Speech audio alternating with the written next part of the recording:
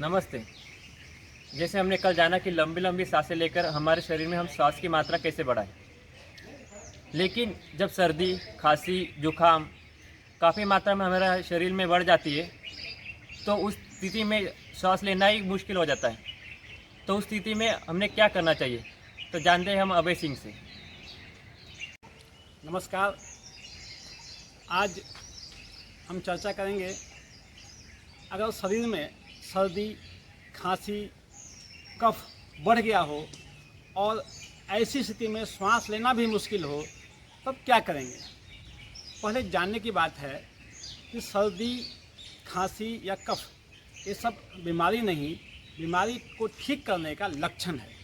जैसे एंटीवायरल, जब वायरस मौसम चेंज होता है, बदलता है, तो बहुत तरह के वायरस फैल जाते हैं वातावरण में, जो हम पर हमला करते हैं, हमारे शरीर में श्वासोच्छ्वास से प्रवेश कर जाते हैं किसी भी तरह से। उससे वायरस को निकालने के लिए हमारे अंदर खांसी होती है। शरीर खुद एक बहुत बड़ा वैद्य है और खांस खांस कर उसे बाहर निकालता है। किसी कारण निकाल नहीं पाया तो सर्दी होती है। सर्दी नमकीन होता है और नमक से कोई भी जीवाणु मर जाता है। तो नमकीन सर्दी निकलता है तो उसमें गीला होने से जो वायरस जाते हैं, चिपक भी जाते हैं और अंदर नहीं जा पाता। दूसरी बात है कि जो अंदर गए हैं वो भी बाहर निकलते हैं और भी नमकीन होने से मर भी जाते हैं। तो ये हमारा सिम्टम है, एक स्वस्थ आदमी का पहचान है कि उसे सर्दी होता है, खांसी होता है। और इसके बाद भी अगर नहीं निकाल पाता है तो सूखा खांसी होता है, तो खांस खांस कर वो बाहर निकालता है। इसके बाद भी वो फेल हो गया, शरीर खांसा, सूखा खांसी हुआ, सर्दी हुआ, इसके बाद भी अगर उसमें वायरस बाहर नहीं निकल पाए, उस स्थिति में वो शरीर के तापमान को बढ़ाकर, अंतिम हथियार वो बुखार आता है और बुखार शरीर के तापमान को बढ़ाकर उस वायरस को नष्ट करता है। लेकिन हम क्या करते हैं, जो काम शरीर अपने वायरस को ख़त्म करने के लिए कर रहा था, हम उसे ही ख़त्म करते हैं। हम सर्दी की तुरंत दवा ले लेते हैं, हम खांसी की तुरंत दवा ले लेते हैं, हम बुखार का भी तुरंत दवा ले लेते हैं। तो सर्दी खांसी के बाद अगर बुखार होता है तो वो बुखार एंटीवायरल है और उसे कभी भी दवा से ठीक नहीं करना चाहिए, उसे प्राकृतिक उपायों से ही सही करना चाहिए। बुखार पर तो हम कल आएंगे, आज सर्दी, खांसी, कफ पर आइए। शरीर में सर्दी, खांसी, कफ बढ़ गया है तो कफ शरीर पूरे जो है वायरस को अपने अंदर ले करके बाहर फेंकना चाहता है और हमें उसमें मदद करना चाहिए कि हम जो भी जमा है वो बाहर निकल जाए। ऐसी स्थिति में सबसे पहले, जब भी ऐसा बोला गया है कि सुबह सुबह जो है गर्म पानी में हल्दी और नींबू पिए तो ऐसी तकलीफ़ें भी कम आती है और हुआ तो शरीर को बल मिलता है इसको सही करने पर। फिर भी अगर शरीर में कफ बढ़ गया हो, उसका सबसे अच्छा उपाय है वमन। हम क्या करेंगे कि हमारे अंदर सर्दी, खांसी, कफ अगर बढ़ गया हो, शरीर चाहता है बाहर निकालना, तो हम उसमें मदद करेंगे। कैसे? उसके लिए लगभग 1-1.25 लीटर पानी गर्म करेंगे और एक खाली जग में नमक ले लीजिए अपने हिसाब से, एक चुटकी सेंधा नमक। अगर ब्लड प्रेशर की शिकायत है वो नमक नहीं लेंगे। एक नींबू लेकर निचोड़ लें उसको,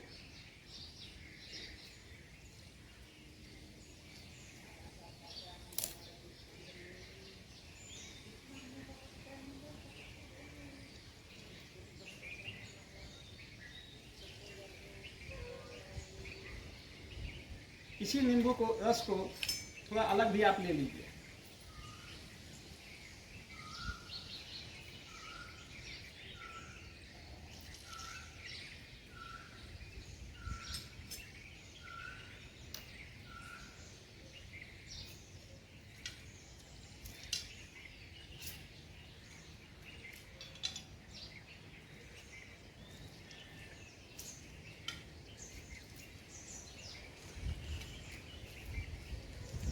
अब इस पर पानी बाद में डालेंगे ताकि पूरा घुल मिल जाए।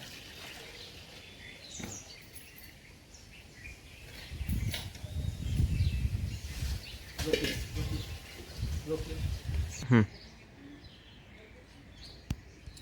सबसे पहले नाक में 2 से 5 बूंद तक नींबू का रस दोनों में डालेंगे। डालिए दोनों में।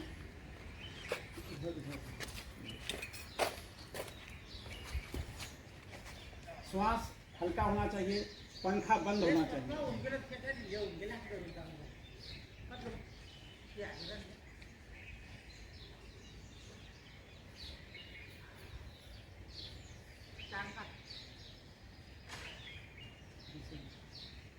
दोनों नाकों में।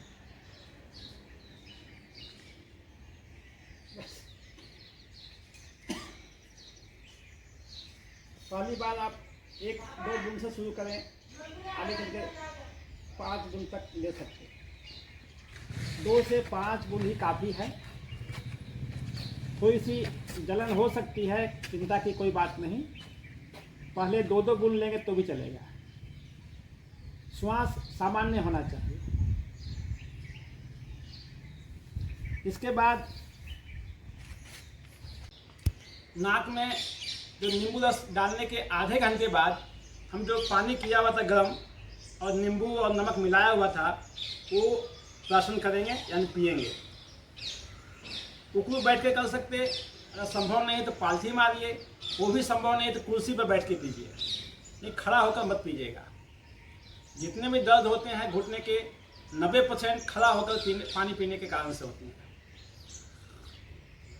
ये प्रयोग वही करेंगे जिनके अंदर पेट का कोई भी ऑपरेशन नहीं हुआ हो, जिनके अंदर पेट का किसी भी अंदर जो है ऑपरेशन हुआ हो, वे किसी वैद्य के सानिध्य में ही ये प्रयोग करेंगे।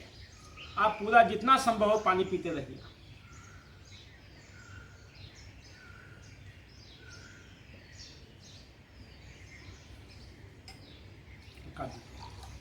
देखिए पूरा पानी खत्म हो गया, पूरा 1.25 लीटर पानी था, सब पी गया। जिसको कम क्षमता हो कम लें। इसके बाद हम इसको वमन करेंगे। कैसे वो बताते हैं। वमन करने के लिए जो अपना अंगूठा है उसे जितना अंदर लेके जाना है, जो कंठ की टोटी होती है वहाँ पे ले जा करके दबा के आगे खींचना है। देखिए अंगूठे को अंदर ले जाएंगे जितना संभव हो और दबा करके आगे खींचेंगे।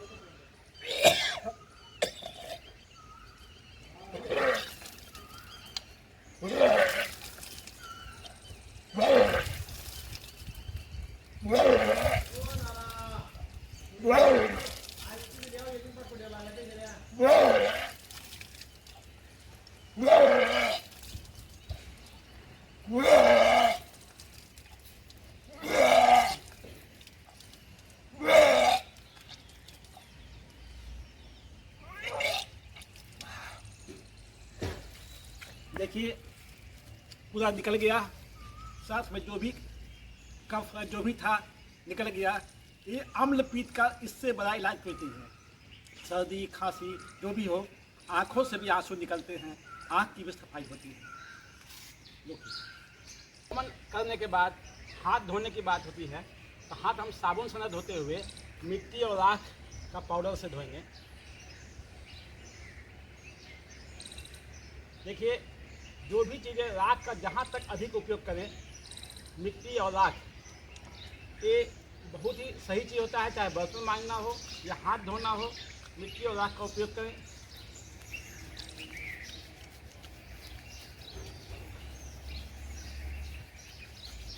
मिट्टी में बहुत ही अधिक संख्या में बैक्टीरिया होते हैं और वायरस को बैक्टीरिया ही मारता है।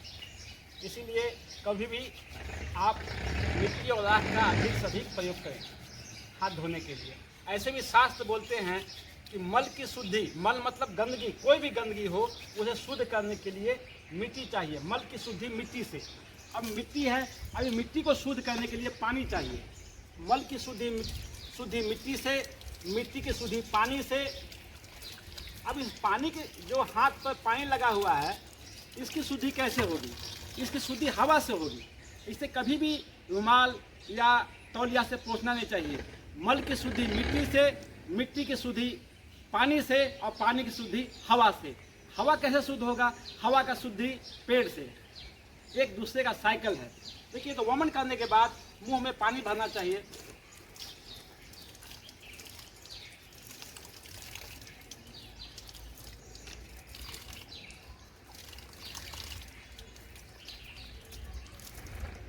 जितना बताना भूल गया था, जितना मुंह में पानी भरिए।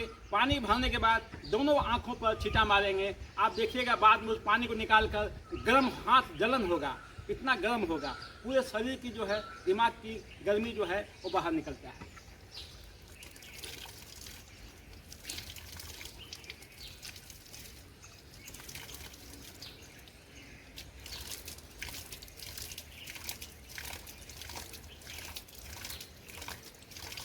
इस क्रिया के करने से ही आपकी आंखें हमेशा के लिए रोशनी करते रहेगी। यह क्रिया जो है आपकी आंखों के लिए बहुत ही अच्छा है।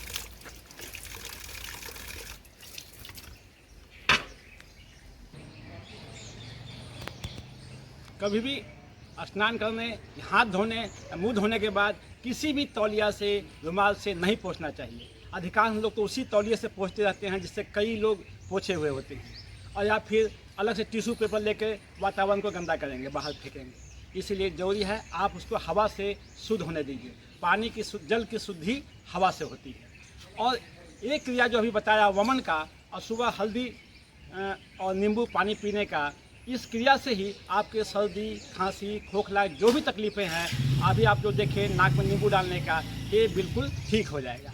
लेकिन इसके साथ एक और काम करना चाहिए। हमने शरीर की सफाई किया, पूरे अंदर जो है फेफड़े और सबकी सफाई किया। कोई भी सफाई के बाद आयलिंग करना चाहिए। आयलिंग यानी उसमें तेल डालना चाहिए। इसलिए एक क्रिया करने के बाद हम नाक में सरसों तेल कड़वा तेल भी बोलते हैं उसको, अगर घानी का निकला हुआ गरम, जो मशीनें गरम तेल निकालती है उसका नहीं, जो ठंडा तेल निकालती है, केवल दबाव देकर निकालती है, उनका सरसों तेल जो है वो नाकों में ज़रूर डालना चाहिए। किसी भी मशीन की सफाई के बाद उसमें आयलिंग करना पड़ता है, इसीलिए हम नाक में सरसों तेल डालेंगे। दोनों नाकों में, नाक में डालते समय पंखा बंद होना चाहिए। 2 बूंद से 5 बूंद तक डालिए। हल्का श्वास लेते रहिए, हल्का।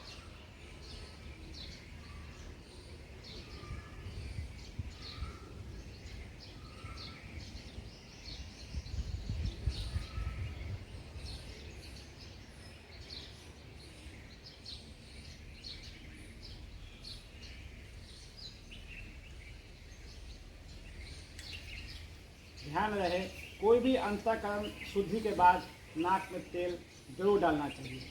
ऐसे कि श्वास की तकलीफ हो या फिर सर्दी, खांसी, जुकाम हो तो दिन में 3 बार जो है 5-5 बूंद दोनों नाकों में सरसों तेल डालना चाहिए। आप 2 बार नींबू भी डाल सकते हैं। आज मुझे राजीव भाई की वो बातें याद आ गई। जब शरीर में ऑक्सीजन की कमी होती है तो शरीर उसकी पूर्ति करने के लिए एक जम्हाई लेता है। जम्हाई यानी मुंह से भी जोर से हवा लिया जाता है, उस समय मुंह से श्वास निकालता भी है और भर पेट लेता भी है। तो जम्हाई की जो क्रिया है ये हमारे शरीर में ऑक्सीजन की पूर्ति करने के लिए है। दुर्भाग्यवश कई लोग जो जम्हाई जब आता है तो उसे रोकते हैं। कभी भी जम्हाई को रोकना नहीं चाहिए। ये प्राकृतिक क्रिया है। जब भी शरीर में ऑक्सीजन की कमी होगी तो जम्हाई होगा। लोग ऐसे भी जानते हैं कि जम्हाई ले रहा है, नहीं रात में नींद नहीं हुआ है, इसीलिए रात में नींद अच्छी लेना चाहिए जिससे कि उनके अंदर ऑक्सीजन कमी नहीं हो। अगर आपको जम्हाई आ रहा है तो आप सो जाइए और जम्हाई लीजिए, लेते लेते सो जाइए। आपका शरीर में ऑक्सीजन लेवल मेंटेन रहेगा। लेकिन देखते हैं दुर्भाग्य कि जम्हाई लेने को रोकते हैं और न सोते हैं। कि जब भी जम्हाई आए तो पूरा लीजिए और आप उस समय सो जाइए। दूसरी बात है, अगर ऑक्सीजन कम है, जम्हाई नहीं भी आ रहा है तो आप खुद प्रयास करके लीजिए।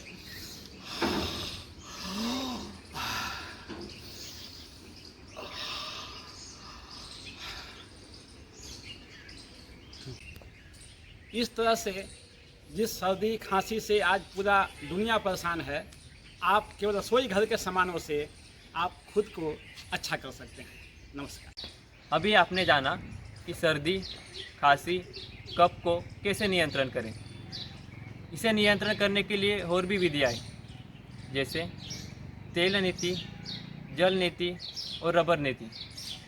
इसके बारे में हम अभय सिंह से कल जानेंगे। नमस्ते।